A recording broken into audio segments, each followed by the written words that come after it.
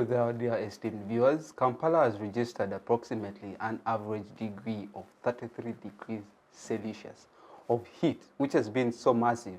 And we've seen countries like the Republic of Sudan going ahead to even announce they've cut off schools for a short period of time so that people can stay indoors and prevent themselves from getting the massive effects of the heat.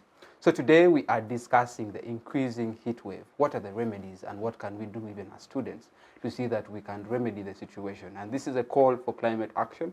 And joining me to discuss this very interesting topic is a panel of distinguished gentlemen that will help shed light into the conversation, but also offer us solutions to the conversation. Otherwise, my name is Douglas Drake. I am your moderator for tonight's show and tonight's conversation. Otherwise, without much ado, allow me go ahead and give my panelists a few seconds to say something about themselves that we can begin the conversation. I'll begin from my extreme right as I come to my immediate right here. Gentleman in a green knit tie, you're most welcome. Thank you so much. My name is Ogwal David Kizito. I'm a law student by final year. It's been a pleasure to take part in this conversation. It's important for us to know that aspect of the environment is not a one-man's fight. It involves us all.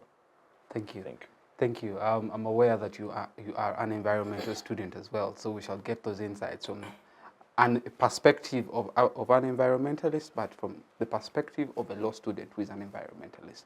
Thank you very much for taking time to join us in this discussion. I'm looking forward to having an interesting conversation with you. The gentleman in a maroon blazer, most welcome. Good afternoon to you all. My name is Kwesiga Emmanuel. I am a youth legal student at Uganda Christian University. I am a writer, the author of the book titled The Magic of Successful Living. I am the Vice President Academics of the Federation of East African Law Students. I'm also the Deputy County Director of the Law Writ Journey. So glad to be here today to share insights about such an interesting and, of course, timely discussion.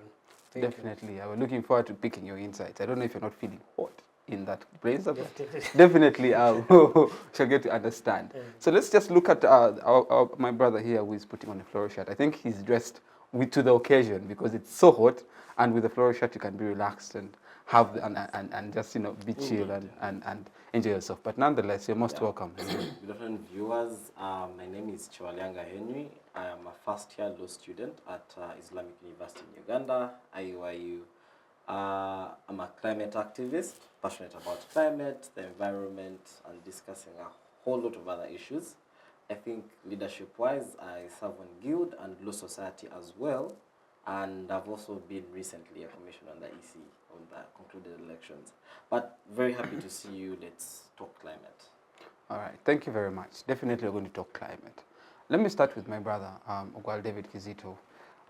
Put for us context to tonight's conversation, and into putting context to the conversation, I'd like to pick your insights on the increasing heat wave, but primarily starting from the conversation of climate change. Maybe you could shed light, because many people are quite illiterate about the conversation of climate change. Well, the aspect of climate change is a very crucial one. And as I earlier on stated, that when it comes to matters of climate, it's not a one-man's fight. So this comes in a long run. It's not a one-day twist of event. It is after a series of events. So the aspect or the current heat wave we are all facing as of now, it did not start yesterday. It started way back. And as a result, today we are suffering because of the actions that were taken way back. Literally, if I'm to relate in a biblical context, this is like more of carrying a curse from our predecessors. So that is how the aspect of climate change works.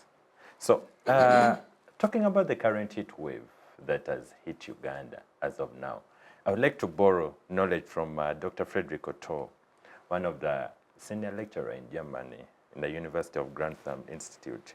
He stated that the aspect of avoiding intense heat wave must start now, but the impact won't be felt now. It literally tells us that it is our responsibilities to start it now as we prepare for tomorrow. So climate change, as I earlier on stated, involves every aspect. This this goes as deep as the aspect of the green economy. What is your knowledge, or what is your contribution to the green economy? What are you doing?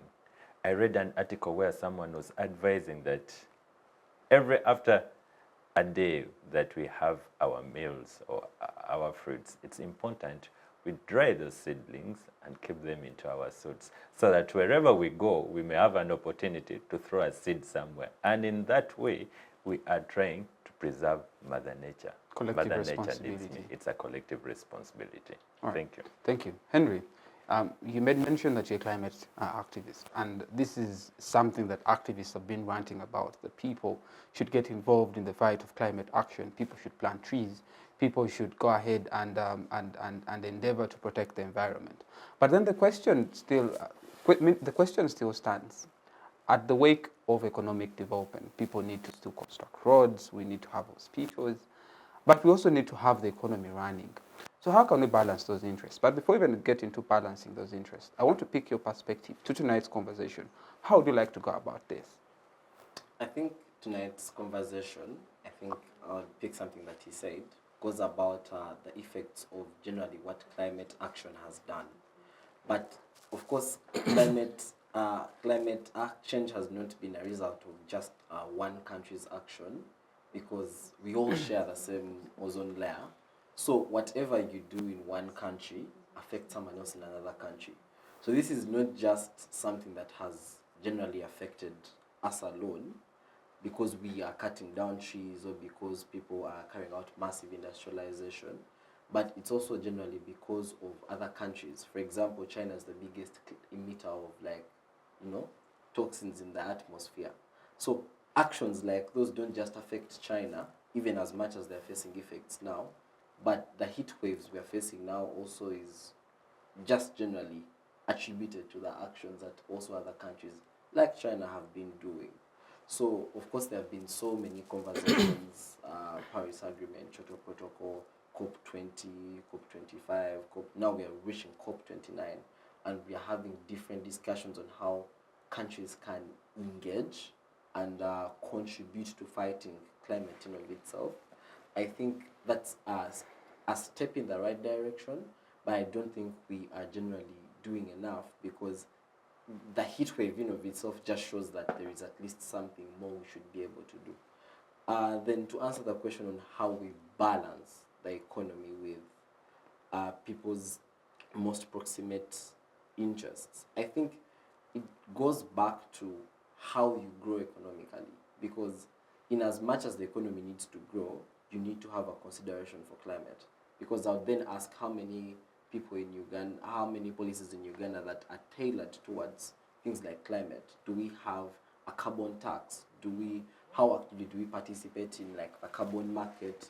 Are there any policies that force industries or push them in a direction where they have to do things like buy carbon catalytic converters to be able to reduce on the carbon emissions in the atmosphere?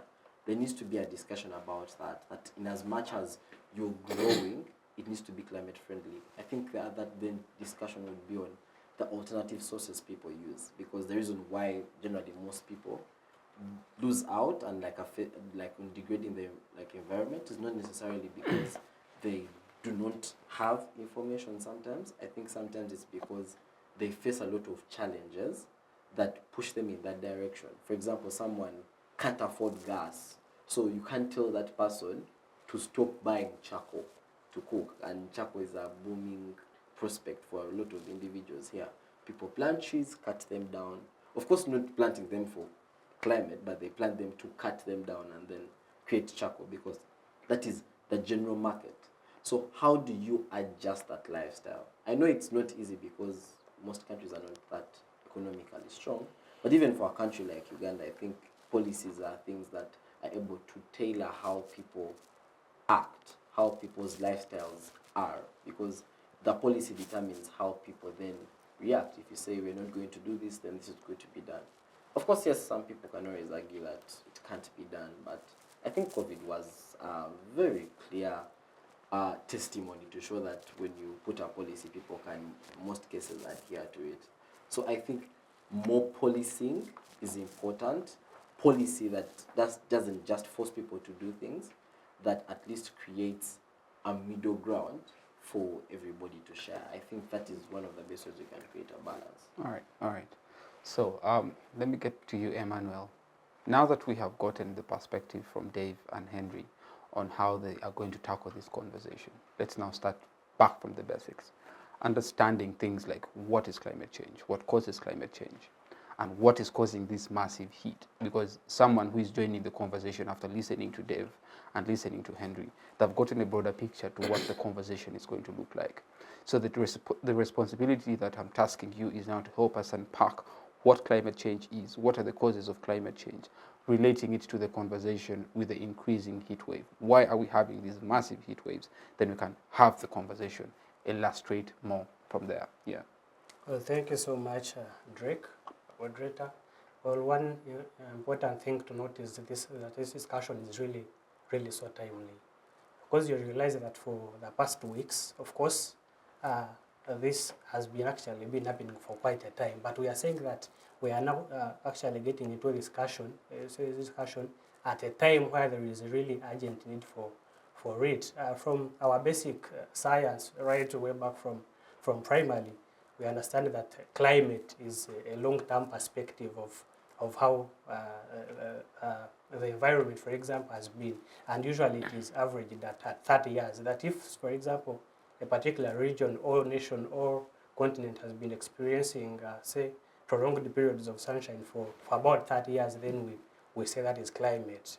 Otherwise, the narrower perspective of it would be weather, but weather is temporary and climate is a bigger perspective. In other words, it is a general description of the atmosphere of that particular environment. Now, getting to your question of the causes, one, I must say that nations in general, I want to borrow the report from the IPCC. IPCC is the Intergovernmental Panel on Climate Change. And this is an organ that was formulated in 1988, well, to make assessment of climate of the different continents and, of course, give a report and the possible remedies to the same. So in 2022, that same organ gave its report, and they said that in the years to come, the temperatures of the world are going to be at an increment of about 1.5% degrees Celsius temperature rise. And of course, it might sound smaller, but in actual sense, it is not. An increment of 0 point something on our temperatures really does affect us so much. So, for example, even when we are to look at it from now a narrow perspective, I believe our temperatures have always been between 27 degrees Celsius. But if you are to check now, in some parts there is just an increment of about 2, which makes it about 2.9. But you can see the effect. I've been, for example, looking at the rapid change or response to the stimuli being the heat that we are having. People are moving to class with portable fans. What does it show you? It is not just a fancy life that people are choosing to live, but it shows you that the issue at hand is actually really so pertinent and it affects us really so much, and it is important to address it. Now, getting to the causes. Maybe before I get into them, I must say that there is what Martin Luther King Jr. Said. One time he was arrested and put to Baltimore High Prison. But then while there, he made a statement that there is one weakness about us, the human beings, and that is looking at the circumstances without making a clear examination and assessment of the underlying causes. What I am saying is that if we do not go deep into analyzing what causes this, then definitely we shall not have the best remedies for it, because then we do not know the cause. So you can't simply a disease whose cause you do not know. You can only treat anything just from the grassroots. Also, two scientists, social scientists, James William and George Kelling, in 1982 formulated what is called the broken window theory, meaning that when a thing does exist, and say it is the negative, and you do not find a very quick remedy for the same, then it actually does grow into a bigger issue. What I am saying is that in as much as we are suffering this heat globally actually, but it didn't just start yesterday like my previous speakers just said. It is something that has been happening from the start, and we saw the signs, and as a nation or as a continent or as the world, we didn't take deliberate decisions to find solutions to the same. So you can see that we are waking up actually years later when it is really so hard. So I think there has been a gap that has not been closed yet. There is urgent importance or need to close it. But nonetheless, it is never too late to mend. We can still wake up and find a solution, just the way we said that it's been growing. Likewise, if we choose to find remedies for the same, we can reduce it at a smaller rate, just the rate at which it developed, and maybe you never know, at one point we'll get back to normal. So what are the causes? The causes to this are, for example, emissions from power plants. For example, in a study published in the Environmental Research Letters, which said that 5% of 29,000 power plants emit about 30% of the global emissions, meaning that... On that point, Emmanuel, the emissions that you make reference to, Africa emits less than 2% or even less than 1% compared to the big economies like China, the United States, among others. And yet the grave effects or the adverse effects of climate change are greatly affecting people in Africa, particularly people from sub-Saharan Africa. And when we talk about things to do with climate change, it affects poor people, it hits poor people hardest. And Uganda, that has a population of approximately 41% of approximately 48 million Ugandans, are poor people who live in less than $1 a day. So when we're talking about emissions, Uganda emits less, so why should we then care? The conversation is then why should we care? If that's a cause, we do not emit that much, that means we do not contribute to maybe the adverse effects of climate change. Why must Ugandans care then? Well, that is a fantastic question, but maybe one thing that is quite clear to us is that as much as countries and continents have boundaries beyond which you've crossed a country to another, that the same does not apply to space. Yeah, there isn't a block or a wall in space that will deter emissions that have been radiated from Kenyan industries or from Asian industries to cross over to Africa. So it doesn't matter whether you actually contribute to the emission of these gases, but it is so true that for as long as these gases have been emitted elsewhere, and you as a country or as a continent, you do not have any preventive measures of actually stopping the same gases from coming to you, then you're definitely a victim for as long as these gases are being produced. All right, let me just bring in Dave there. Dave, when you listen to the discussion of Emmanuel, we're just talking about the issues to do with emissions, among the causes of the climate change that we're experiencing today. I alluded to the fact that Uganda emits, generally Africa emits less than 1% to the global emissions in this world.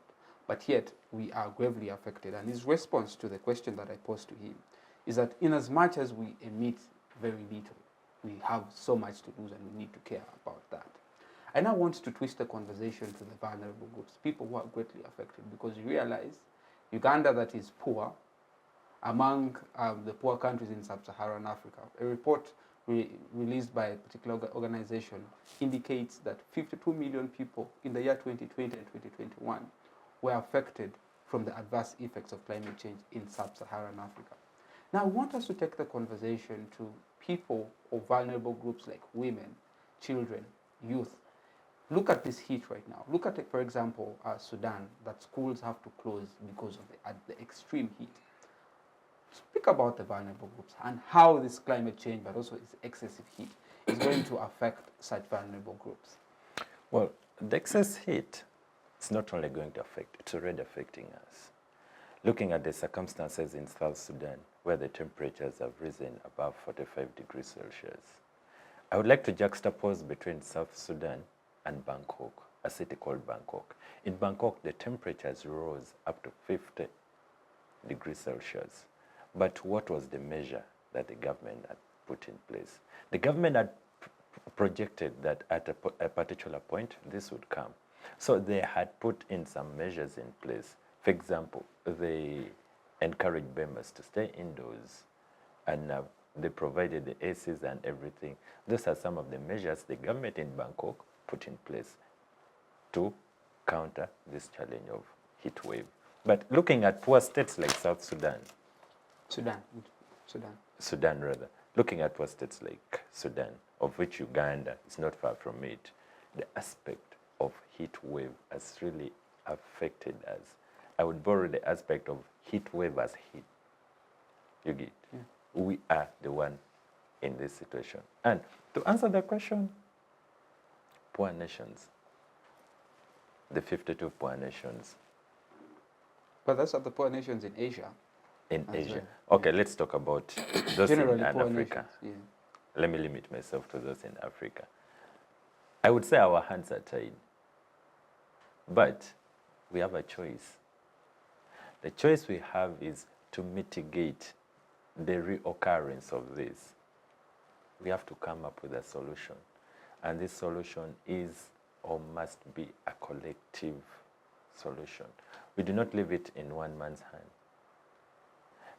I would like to borrow Emmanuel's previous statement where he stated that people plant trees not with the mindset of helping the economy or helping the environment, but with the knowledge or with that mindset that I will cut that tree. And under normal circumstances, as people cut these trees, they are literally just looking at what will I gain from now. And you find that it's an individual doing this. They will look at it as from a point of view that, after all, I am the only one cutting.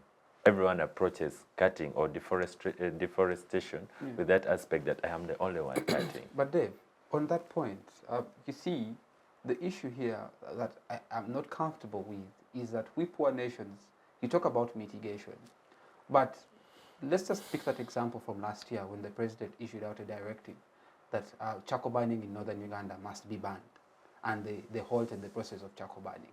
This is a community that has the second poorest region after Karamoja.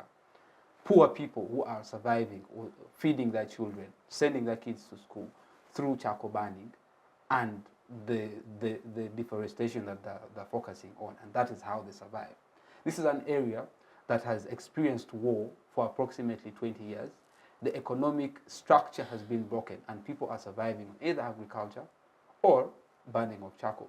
Now, how can you mitigate the situation in a scenario whereby you have people who are very poor surviving on burning of charcoal and sending it to communities like in Kampala, get money to feed their children, yet you are not providing an alternative? How can we mitigate that situation? Because the cutting of those trees in the long run, because as the definitions all of you have provided, is climate change it's something that happens in the long run. So the cutting of that tree today, we may not face the effects then, but maybe in the future.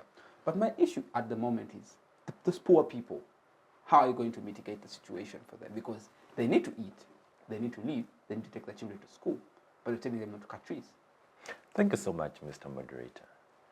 I would handle such a situation in this way. Number one, let us have a change of mindset.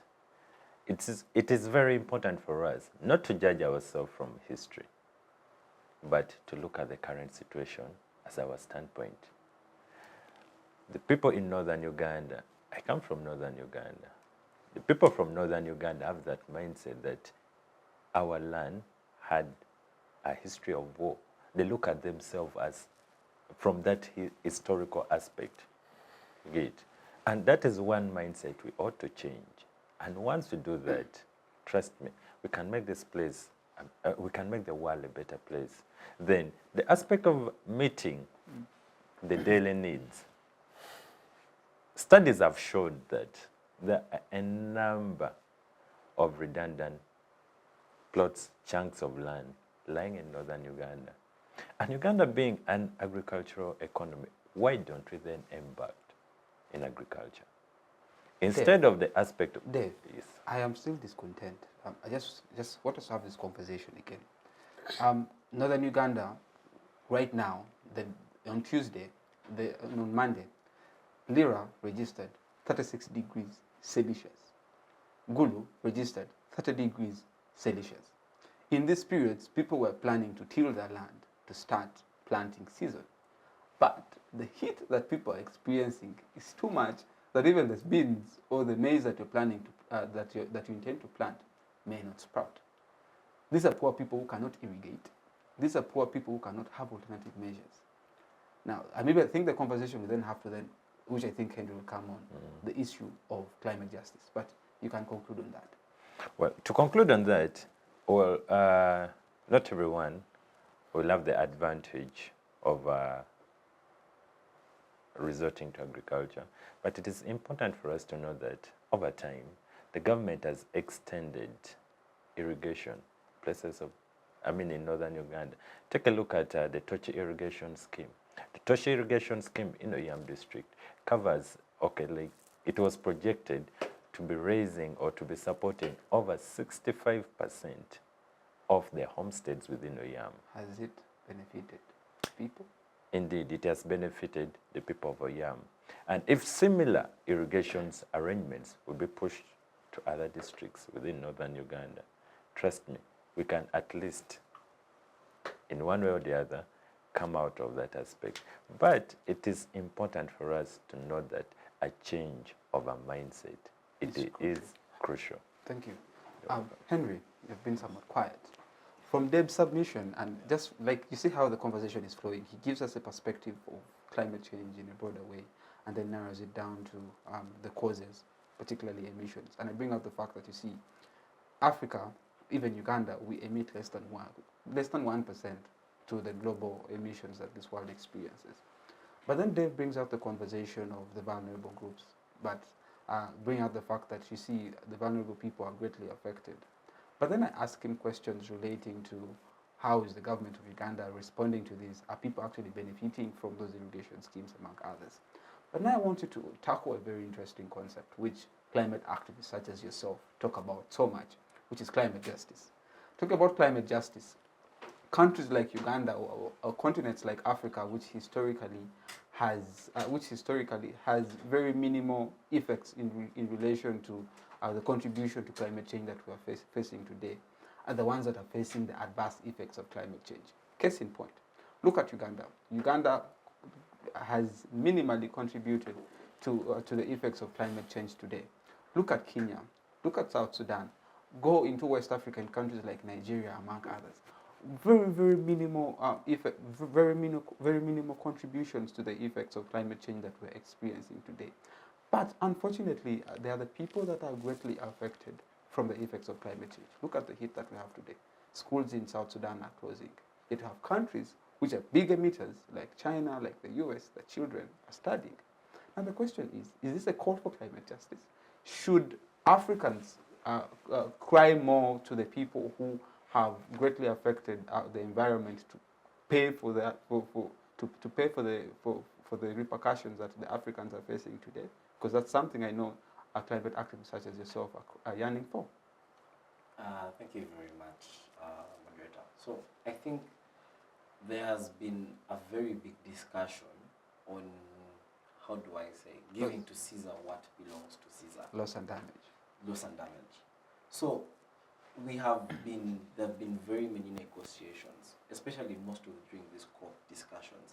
Even the gist of most of the agreements, the Kyoto Protocol, I think that was the first deal that was the first agreement that countries were signing towards climate, but was tailored towards the big emitters having to try to do some loss and damage and balance the books and do what they have to do to make sure that the situation doesn't get worse.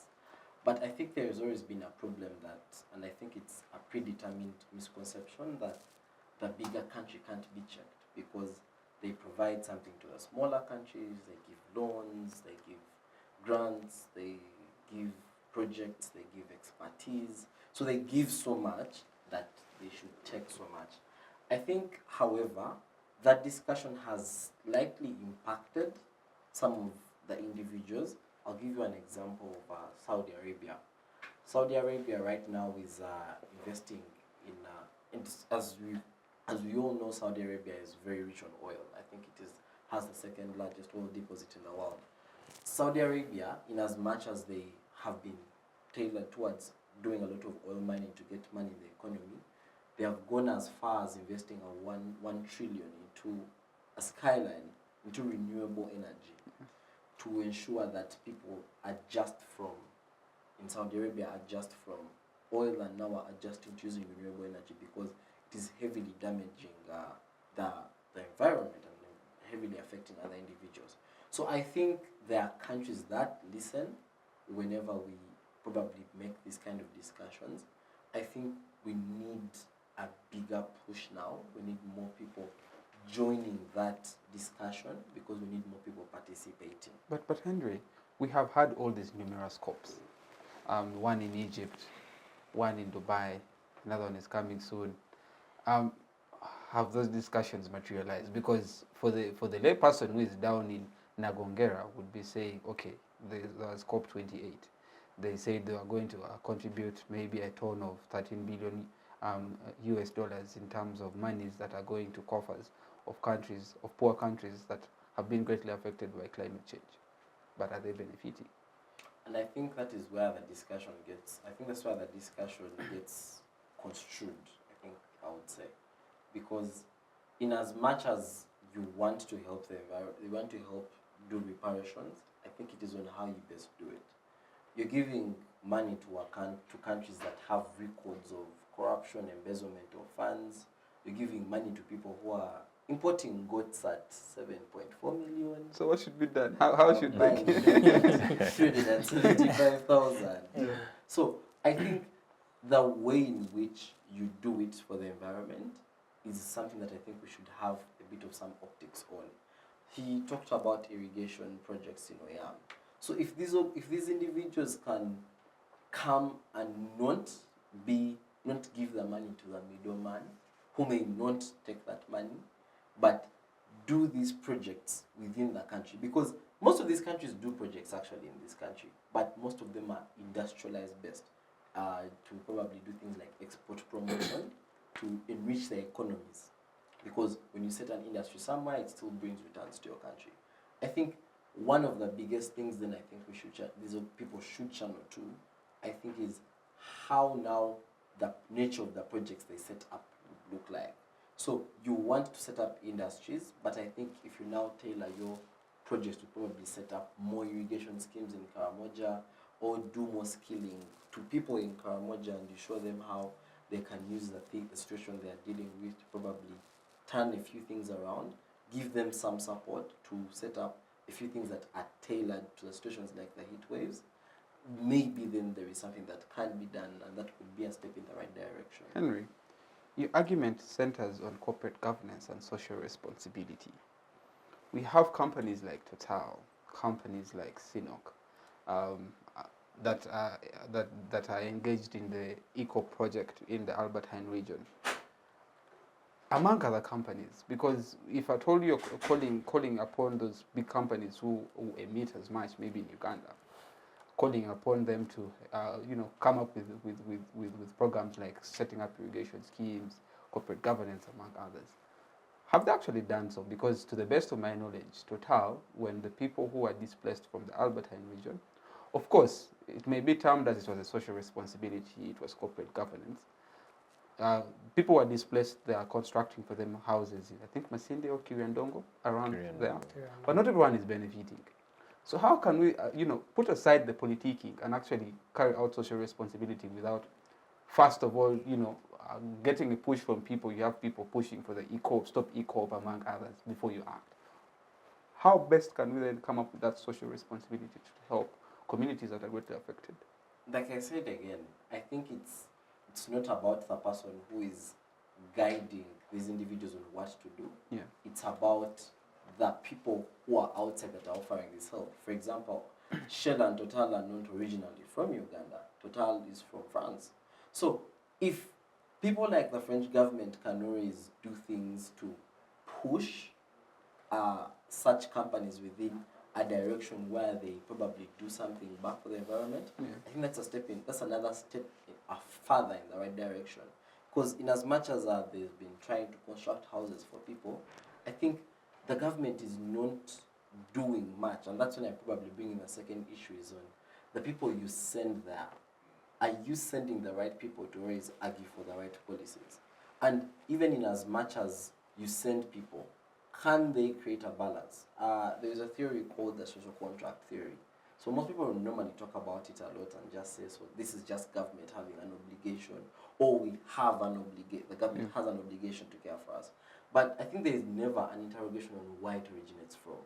These are things that originate from people, because as far as the theory is concerned, the assumption is that people may not be skilled enough or knowledgeable enough to approximately solve their own problems, so they entrust someone to solve those problems for them. And those are people they send, your MPs, your cabinet ministers, your councillors, and LC1s, LC2s, LC3s, LC5s. All those stem from individuals giving those people and entrusting them. So, in as much as you are entrusting someone to do what you want, you need to also entrust someone who has the courage to do something even when you don't want it, but it's for your own interests. Because most Ugandans right now care about the most proximate things to them. The food, what they're going to work, how they're going to get school fees for their children, the economy, of course. And that's why even right now, in as much as there is a heat wave, there is still a very big crowd in Kampala, as we speak right now in town, who are working. So people are already showing you that they can still prioritize their economic activities over the most proximate issues. So in that situation, there is a void. So it is your leader to fill that void. It is him to now say that in as much as the economy is important, I think we should stop this project and then probably first do something in this direction. So do we have such people that are willing to make decisions even when the vast majority of people may not agree with them? Because leadership is not part and parcel of just doing what people say, but doing and using your skill set to ensure that you do something about people's problems, even when they know. There is a normal Uganda proverb that someone who drags you in the night, you thank them when it is morning, because they have taken you far, but you've not been seeing where they've been taking you. Now that you've seen you've reached, you are thankful. So do we have such leaders that can get you through the night and still drag you through that night and take you there? Or we have leaders that lock themselves up in buildings with their their defense and their councils when problems start coming and people are keeping them on. Okay. I think leadership is also another discussion we should always be having when we tackle policing and who negotiates what for solving problems. All right, Emma, leadership. And I'm going to focus on the institution of parliament, primarily on the legal framework. We have a couple of laws providing for the environment. First of all, you have the international instruments that Uganda is part and parcel to, like the Kyoto Protocol, the Paris Agreement, among other international instruments that relate to climate change, but environmental conservation as well. But nationally, you have the National Environment Act, which, to the best of my knowledge as a student of law, I know that it's not implemented to the latter. People are calling for the implementation of the National Climate Change Act, which the government has somewhat also played maybe a deaf ear to it. But also there's a conversation about underfunding of the institution of NEMA, among others. So do we have that leadership that could maybe possibly right now act? But before we go into that, take us to the legal framework and speak to the character of leadership. Well, thank you so much. Before I delve deeper into your question, allow me to say this. There is what is called the law of vulnerability, that you have a looming danger, but then to you, you feel it is much more distant than it is actually in reality. That, for example, quite a time we've seen such environment issues and landslide and storms happening in the Western nations, and then we've just been looking on TV and we're like, okay, well, these people are really suffering so much, not knowing that what they are going through is very soon coming to us. And guess what? Within just a fortnight, here we are, and we are almost just about to move with just undershirts because we cannot hold the heat anymore.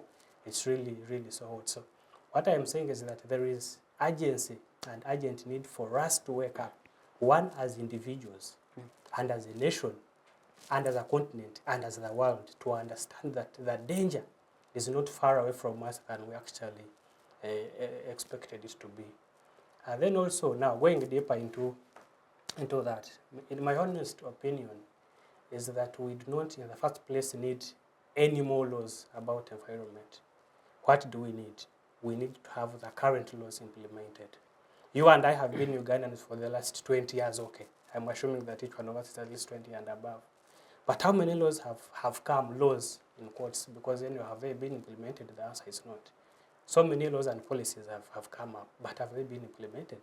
We saw policies of vehicles that actually emit so much gas and beyond this, and this year on the road shouldn't actually be on the road anymore. But how many times are you moving in Kampala and then you have a taxi in front of you and you can't even seem to see where you're going because the gas from it has just actually blocked your sight and you cannot see. And you imagine how many industries from the journeys you're taking every day. There are times you bypass an industry and you're wondering what this is.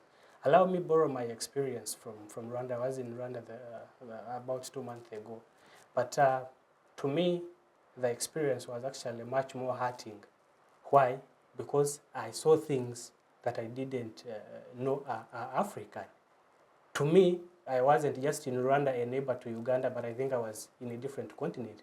Because I was wondering that how can a neighboring continent go this far in terms of environmental conservation is concerned, and then we cannot.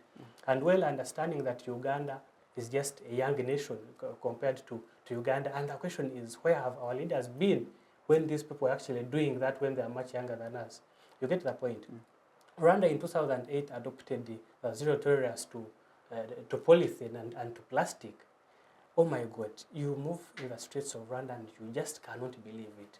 And also you have an industry just next to your building and you can't know it is an industry. Why? There is no noise. There isn't any dot of a fume coming out of that industry. Like, it's really sad to believe. Those of you who have been there can testify, but if you've not been there, it is really looking at our industrial area and the different industries in Uganda and the Rwandan industries, there is a total difference. So I think we need to, as leaders or as a nation, equally adopt the same. Because there is what is called the Concord fallacy. Call it, the Concord fallacy, or the fallacy of sunk costs. That is to the effect that most times as individuals, of course I'm bringing the aspect of individuals and then also collectively as a nation. The Concord fallacy is that you choose to do a thing because anyway, a lot of it has been done. In other words, that you've tried so much to conserve your forests, for example, as a family or as a district, but then you realize you are just behind because what are you benefiting from the rest of the people cutting their trees and you are not? Like, if your attempt is to curb environment degradation, you have not scored because the effect of people doing what you actually try to preserve has affected you, and so you do the same. You're like, okay, what can I save? Nothing. So you choose to do what is being done. But also, that communicates to our mindset, yeah? That even when the policies are being, for example, made, they are not important if we, as people, do not adopt them.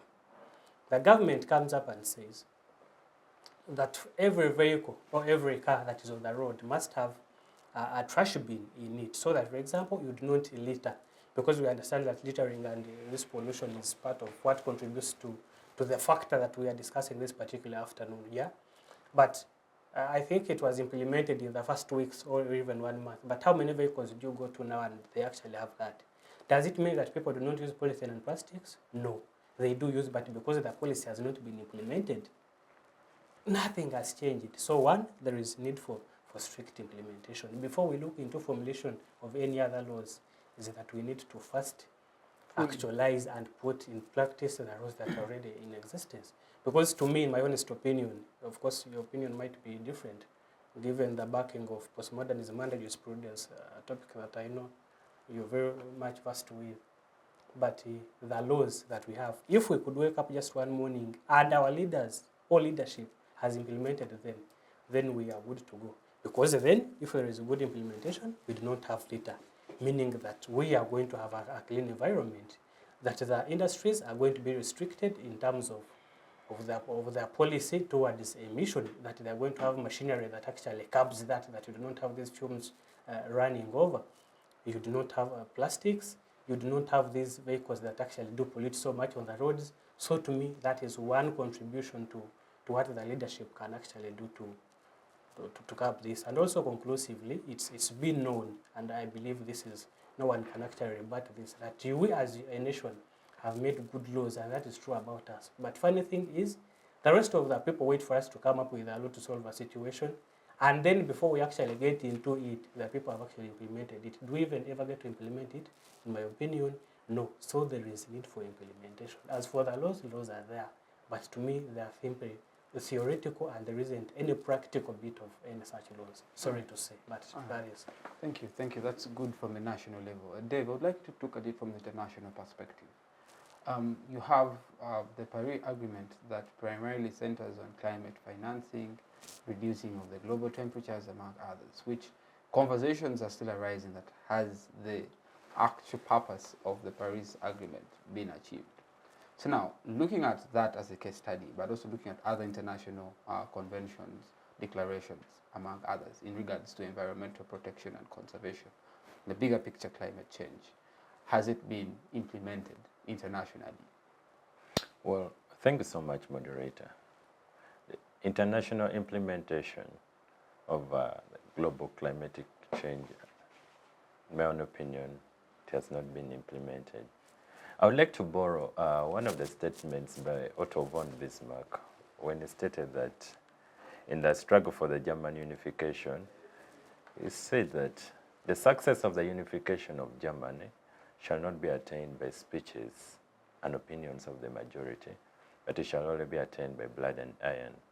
The blood and iron there did not mean physically picking up an iron bar and you go in the street hitting people.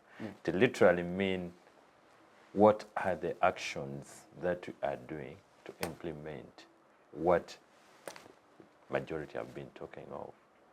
Good. Most of these international conventions, the Paris Agreement and all its others, come together to design procedures and ways forward. But you find that by the time the ratification of these agreements are done, it's like the agreement has been concluded, the book has been closed. No implementation, no follow-up, just the agreement in place with signatures of different states. In my opinion, measures should be put in place to see that these agreements have been fulfilled. They always say a promise is a date, and it's important for us to know that a date is a curse. Putting those agreements in writing, it's a promise of a success. And failure to implement them, it is a date, and that is a curse. I don't know whether it's a political curse, but what I know, it is a curse. Because you have failed to put into practice what you have preached. It's like we are preaching water and we are taking wine. These are two different things. The international standards have been set. Why don't we, as a nation, take it upon us to see that in our, basing on the resources at hand, what are we doing to implement this? Because there are others that really need us as a state, and not other nations coming in, not other foreign nations coming in terms of donation and all this. But even then, where these other nations have to come in, what are the mechanisms that have been put in place? Is it merely bringing in money? And shall the money plant the trees anyway? Shall money stop the charcoal burning anyway? No. We have to design mechanisms of how we are going to do this. If the agenda is to plant 40,000 trees by 2025, how are we achieving that? Are we just going on television saying we should plant 40,000 trees by this? Or we are literally going underground and planting these trees? People have always advised us that every one tree you cut, make sure you plant 5. But how many people have come up with this? How many people have implemented this? It brings us to the aspect of policing. The policies that benefit Uganda in my own opinion, should be that of inclusiveness, where you feel like you feel the urge of doing something, but you don't just sit and fold your hands that this is what the government is saying. I think the government will do it. No, it involves you. That is the aspect of the blood and iron. It involves you to go in place and plant these trees. It involves you going on ground and see what you can do to save your nation. To say, my Uganda, my responsibility. If we have this kind of approach, trust me, we can make Uganda a better place. You gave an example of Rwanda. In my own opinion, Rwanda should be removed from Africa. Looking at the way Rwanda is... Comments reserved, but proceed.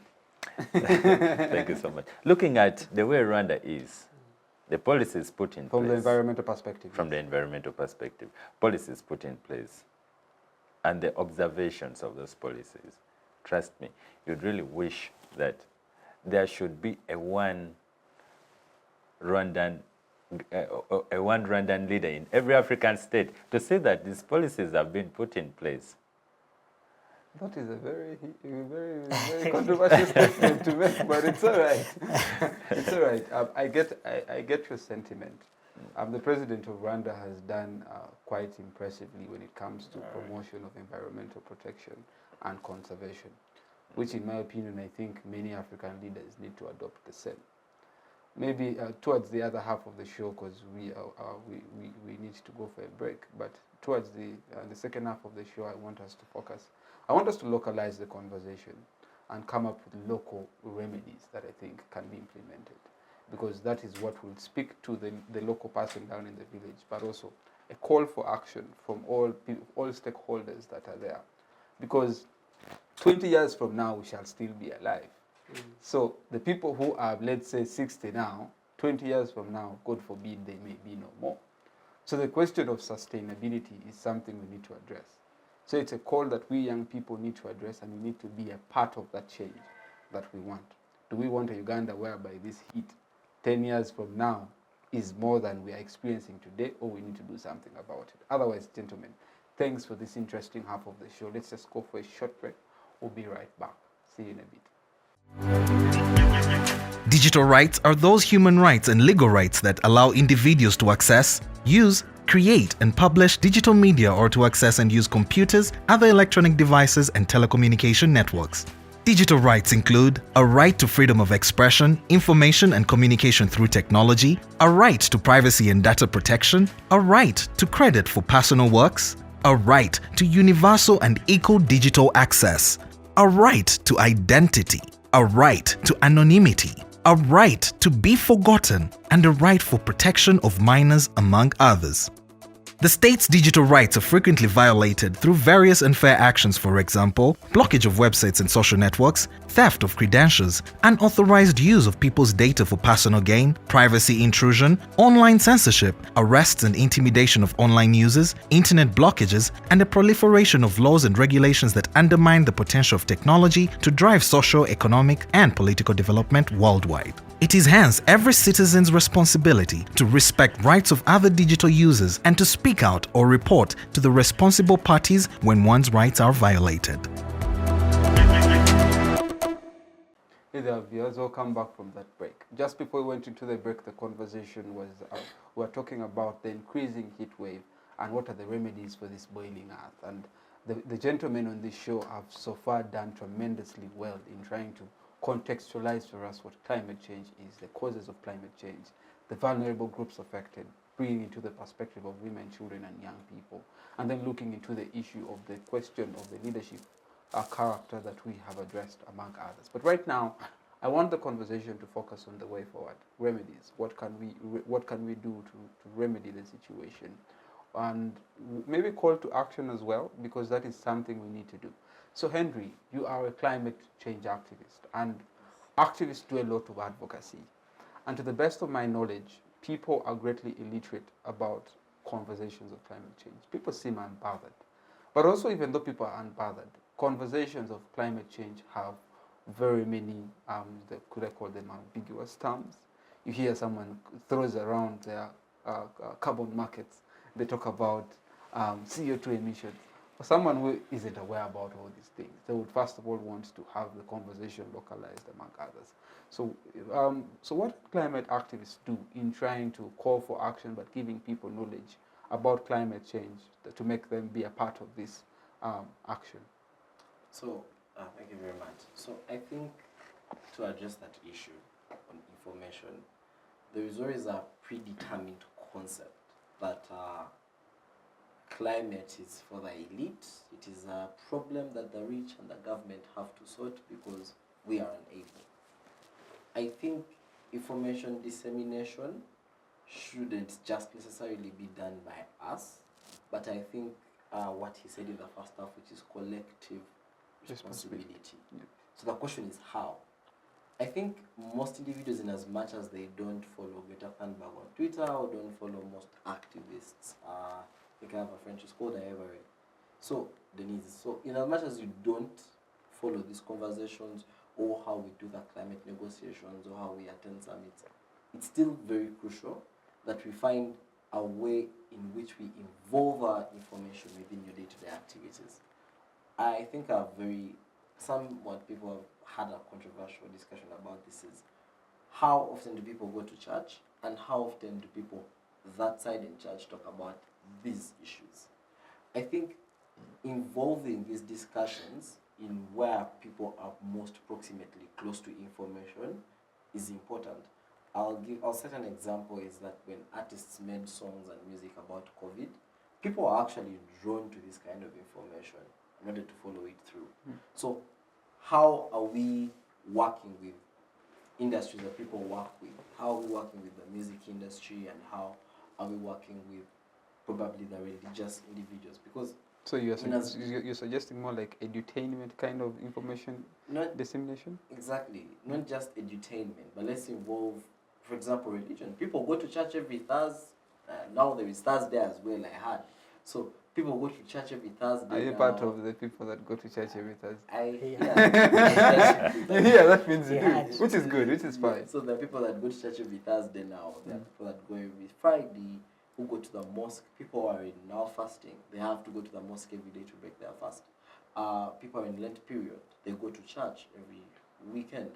How often do these preachers or the people who are carrying out sermons try to hint on the day-to-day problems of individuals? Because yes, the word of the Lord is very important. Hadith and Sunnah are also very crucial. But how and to what extent do you balance the two? You give people a part of the spiritual, but you give them a part of the day-to-day problems. Because they may not want to listen to what probably Mr. Matthias Poga has to say, given probably some scandals they don't want to really associate themselves with. Yeah. But they are more than willing to listen to the person who gives them sermons every Sunday. So how do you then tailor these individuals that they listen and respect so much to now be part of your conversations on probably how to now sort the heat waves, how to make them probably go and have conversations about them? Yes, probably religious individuals may not be probably the best knowledgeable to some individuals, but getting these individuals to now push these individuals to come and talk to us or come for conferences and all these things is a step in the right direction. Because even if we now went and said, let's go to Karamoja and let's talk about the heat wave and how it's attributed to climate, someone has a predetermined superstition that probably they have gotten. Someone is saying that the end of the world is near because that is what they get on Sunday. So how do we then get these conversations to now find a meeting point? How do we say that this person, in as much as going to church is important, thank you for coming to church. Now I think there is a seminar everybody should probably attend on Sunday that we're going to be having on these very grounds at church. So after service, please move into the next seminar. Maybe we can have that, because there are so many solutions that we can do. We can have these things put in their local languages, and these are steps that we are already taking. But they will still not work if we don't have an audience to give this information to. And that's very part and parcel of how we fight this problem. You want to call out a government. You want to change leaders and put leaders that you feel are more proactive. How do you do that you get the people who vote these people to begin with and tell them that these are proximate problems they need to solve. And leaders who don't solve these problems are leaders that may not get them anywhere. And these are leaders that are not necessarily solving their problems. So all that stems with how proximate this information is there. People listen to celebrities, people listen to these religious individuals. So I think information dissemination could be improved if we take a step in that direction as well. Okay, interesting. You bring the perspective of involving all relevant stakeholders in this, primarily religious leaders, but also you not directly, but you hinted on the cultural leaders too, because the people maybe in the Karamoja region would be thinking, oh, in any other region, our cultures have various stories or anecdotes they relate to the climate. So definitely we need to involve all relevant stakeholders because people get information from different sources. But what is most interesting from what you bring out is the perspective of localizing the conversation in the languages people best understand. But also I think it's best that when we localize these conversations in the languages people best understand, that the terms should be broken down in the way, simplest way possible, because not everyone is educated. Thanks to the government for introducing UP and USE, but not everyone has been part and parcel to that. But those are very interesting insights that you bring that I think when implemented, activists such as yourself should keep on advocating and pushing these conversations because the effects of this are going to be with us for some time and we need to reverse it. The only way to reverse it is everyone must be involved and hands on deck. Emmanuel, what is the role of government? I'm going to focus on you, I'm going to focus on the role of government. What can the government do to see that we reverse the current situation? Well, thank you. Short term, medium, and maybe long run. Thank you. I think allow me, in as much as we said that we are localizing it, discussion, but also I feel it quite important to bring in a comparative example from, Fine. Well, you look at the French Revolution of 1789, which was a fight or a revolution, a stand-up of the bourgeoisie or the third-class citizens. And these were largely illiterates, these were poor people against the noble class and the clergy, which were the first-class citizens. So what am I saying? That different classes of people, and it is natural. We all do understand that by nature, society is stratified and there are classes. That one, you can't do away with it. However, I am saying that for everything, or a revolution or a change to happen, there is usually a class that leads it. So we are saying that even when it was now the illiterates against the land, but a fight like this one cannot be taken upon or led by such a class of people. What am I saying? That it is an obligation upon us who have been able to learn, who have gone to school, who know what climate is, who know what, therefore making a point that this is a struggle that should be at our shoulders, whereas the people who have been lucky to get to formal education. Because now I am from Zimbabwe, which happens to be a remote district, and also in addition to that from a remote village. And I can tell you that the majority of the people there, well, they will express their drought, but who actually knows what actually causes this? Who has an idea of any policy that we can implement to have it actually mitigated? So this is us. It is us who actually know it, and so we have to spearhead it to them.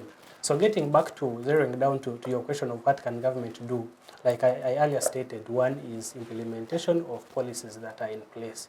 But also, we need to understand that given the fact that we are different classes of people, the illiterates and the elites, our ability to comprehend or to understand these policies is actually different. And so I think it takes different forms of dissemination of such information. Even when I might come to you as Drake and I'm telling you that, when I do not actually have to tell you that you do not have to dump because you know what effect that has. So I think when it comes to, because we are saying that it is a collective responsibility and it should be a struggle of each Ugandan to get into, I'm saying that also as we look at the elite class, I believe in elitism. Elitism is a word to mean that you are in support of society being led by the elites. Yeah, that I do agree. But of course, that does not negate the fact that we also have kakistocracy. Kakistocracy is leadership by the least desirable, but I don't want to go into details of that.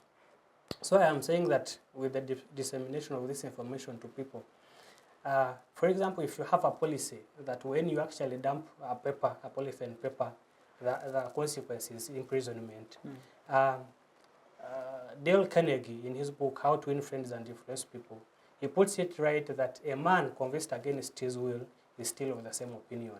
Yeah, what I'm saying is that when you have such a policy, for example, I'm zeroing down to my village, to people in my village, definitely you're going to have to imprison all of them because they are going to be insistent on that, because their reasoning capacity or ability to comprehend is quite different. So to me, it's not enough to say that you're going to imprison such a person, but probably look for the persons or people that are very much appealing to them. Let them be, for example, in seminars and meetings, and they're being told that, you know, when you actually dump a polythene paper, that, for example, look at the road from this village to this village, see how it looks. So it is really disastrous for environment for us to keep doing this. In other words, you are convincing this person to later on take up the policy that is actually in place. Yeah. Otherwise, when you simply tell me that when you litter, you're going to have me arrested, and you know, by nature, people have ego. And so you'd rather convince me than actually giving me a decree. People are much more likely to obey to situations where they've been convinced to do that than being forced to. So implementation does matter. It does matter, and also important to note is that how we implement actually does differ. That what is applicable for people in Kampala, because I believe everyone in Kampala, the elite and the illiterate, all know the effects of this. But it is different to a person in my regional village or in a remote village in Gulu. It is different. So when you want to be uniform in the implication of policies, to me, I think you are not going to score, because you'll have a section understanding and comprehending to the same, and then a section that seems not to understand completely. So policy implementation is point number one. And then also maybe about the same is that we as a nation, you know, it is important to learn, and one right actually put it right that just as iron sharpens iron, man sharpens man. And so now having this at a broader perspective, that we as a nation need to learn from other nations. For example, we are here and we are making reference to Rwanda. Why? Because it is at a higher footing as it relates to the topic that we're actually discussing this particular afternoon. So why not as a leadership, as parliament, or as a country, or as whatever the ministries, why not look at that and copy that? Why, for example, are we so quick to adopt or copy what is actually wrong, and we are reluctant to copy what is important for us? So it is important to look at what other nations are doing, and also fight to adopt the same. That is quite important, because it is usually important to relate. Where has this been done? It's been done here. How has it been done? This and this way. How have they been able to achieve it? So to me, I think as a leadership of the nation, we lack intention. We are not being deliberate with the way we are doing things. So I think there is also a need to improve in that particular aspect. Basically, to me, without going into technicalities, to me those are basic principles or methods that I believe we can apply, and they can be of a very important, can have an important effect on this particular matter we are discussing this afternoon. Perfect. Thank you. Dave, role of students. What can we as students do to see that we embark on environmental protection and conservation? Well, borrowing from my earlier submission on collective responsibility. We have a role to make sure that the nation we are in is a better place for us. No one will come from elsewhere to make Uganda a home for us. It is upon us to make Uganda a home. Perfect definition of a home is a place where you find peace. And just looking at the situation right now, people are moving in towns without neckties. Even those are supposed to be putting on jackets, having their jackets hanging on their arms. Why? The heat wave is disorganizing us. That means we are not at peace. We are not literally feeling it that this is comfortable place for us to live. Now that we have felt the discomfort, what is it that we really have to do? You talked about the government policies, but having looked at Uganda, Uganda is a country that have every law on everything. Yeah. I don't think there's anything that's not covered in Uganda legally. Everything is covered. Tomorrow you'll wake up with a dream, you'll find that your dream has already been catered for legally. So what am I trying to mean? The policies have been put in place, but what are the implementations? Are they working? If not, what is plan B? Leaving what the government has in place, what is it that you yourself you're doing? I would so much buy the idea that earlier on I stated that someone said, even after eating an orange, don't throw away the seeds, keep it in your pockets, go somewhere and dump it. You're planting a tree, you're saving a nation. As students, it is of a great importance for us to know that we have a great part to do. We are rich. When you read Betray in the City, there's a quote that this guy made that we students are always said to be wealthy, but it's at a disadvantage that some of us are only wealthy in theory.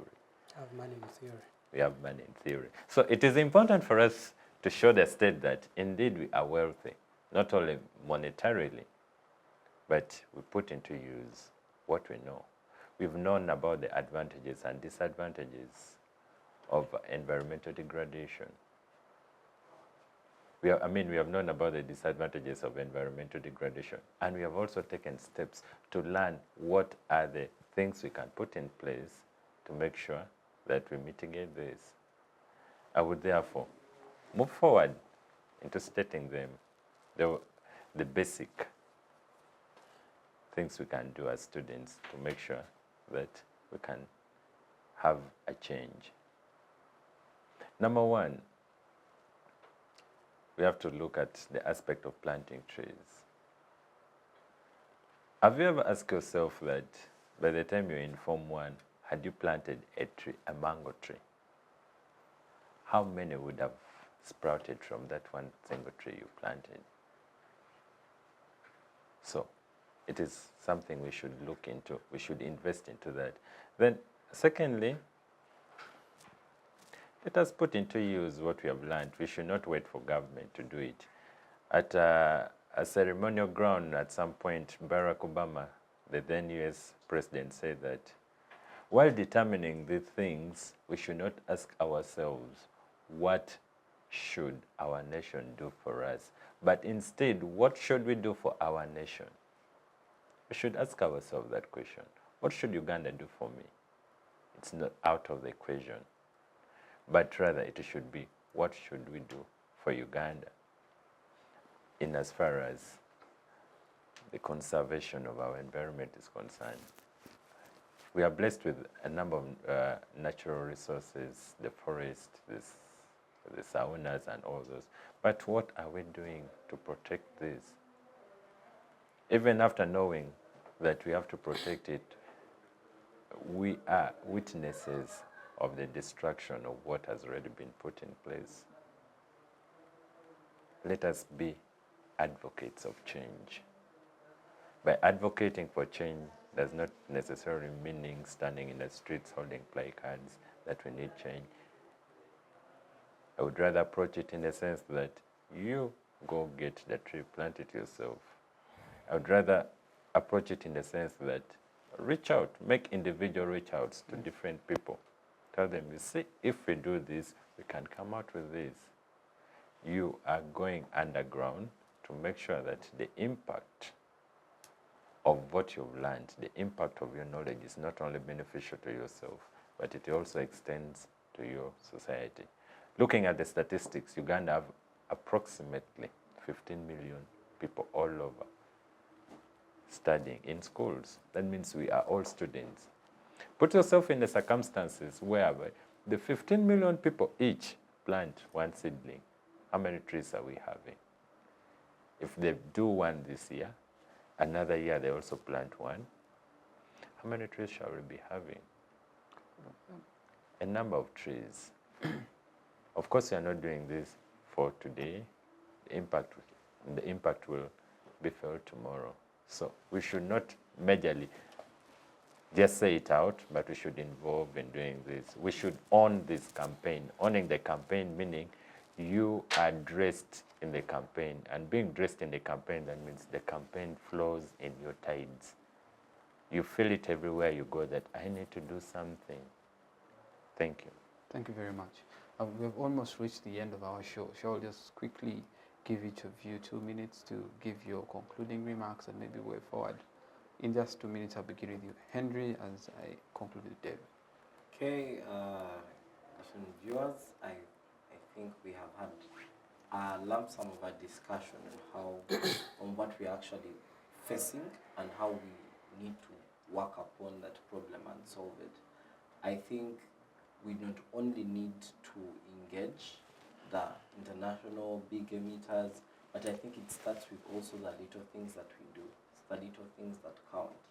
If we can always go to church and always talk about some of these things, if we can always, us who generally have knowledge about these things, give out this knowledge, it goes a long way to create an impact for not just us but generations to come. Do you plant a tree at your home? Do you have a tree at campus? Are you telling your parents that you need trees? How are you disposing of things? I think that's a lifestyle that you need to encourage. How are you involving stakeholders in school? You are a person on guild, you're on the law society, you are on your, management society, you're probably the president or vice president or something. What are you doing within that leadership, that small role you have to create an impact? It all goes back to the few things. But also, even in this heat wave, there are a few things you need to do.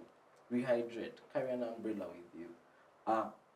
Don't put yourself in a condition that is going to keep you at home. People who are in the far-to-reach areas, but cut down bushes because animals may come in. Snakes are now rampant because they are very sensitive to heat. They want cool places. Are you closing the door? Are you closing the windows? Because in as much as we have to prevent and preserve for the future, we also need to enrich ourselves and guard ourselves for now. And maybe we shall be able to make it. Thank you. Emmanuel. A few days ago, I was watching a YouTube video released by the Intergovernmental Panel on Climate Change, and they were giving a forecast of what humanity is likely going to be in the next 2,000 years. That makes it about 4,000 years from today. And they showed that children will be born without legs, is it amputated or amputated? Without limbs because of the effects of the climate change. That is in case we do not actually have any mitigating factors. And the question that got to my mind was, it is now 2,000 years. And what if what is being done today was done about 1,000 years ago? Where would we be? I was looking at it from that perspective of what if our great-grandfathers did what we are doing today? Where would humanity be? Where would society be? I think we would be the victims of what is forecasted to be the future of the people in the next 20 years. So it really got to my emotions, and I felt it that it should be a duty bestowed upon each one of us to at least to care for our children, because we all want to have children, for example. But if we resurrected 1,000 years later, and then you find that your children do not have limbs, your grandchildren do not have limbs simply because of what you contributed to by being negligent and having a carefree attitude to the environment, I think we wouldn't be happy. So why don't we do it for them if we are not, if we wouldn't want to do it for ourselves? So I thought it is quite important. And also conclusively, this is not a one-man's fight. This is a battle we can only be able to win if we get into it as individuals, as a village, as a parish, as a sub-county, as a constituency, as a district, as a nation, as East African region, as African continent, together as the world. That is only when we can be able to have this mitigated and put right. Otherwise, thank you so much for hosting me and the rest of my colleagues. It's been nice sharing with you about this particular topic that we are all passionate about, since it impacts on us all. Thank you. Thank you very much. Dave. A world of thoughts engulfs me if each one of us had taken the responsibility upon themselves to make sure that we do something about it. Where would we be by now? Heat waves has a lot of impacts on us. Dehydration, the heat exhaustion, heat stroke, and other respiratory illnesses, just a few to mention. These are things that directly affect us, and we have seen, we have tested the waters. We know how to navigate it, or we are ready to navigate it. Then how are we ready to navigate it? In the navigation agenda, it is important for us not only to fix our eyes on what the government can do for us, but rather to see how we can come about it. Number one, let us encourage the use of renewable energy resources. Renewable energy resources like solar and windmills and all those to help save the environment from the carbon emissions that comes with fossils burning. So it is my duty, it's my obligation to make sure that we make the environment a better place. And I would encourage you, the viewers outside there, make it upon yourself to join the fight, to join the cause in making the world a better place. Otherwise, thank you so much for hosting me. Thank you so much for giving me this opportunity. Thank you very much, Dave. Thank you very much, Emmanuel. Thank you very much, Henry, for taking time to join us in this very interesting conversation.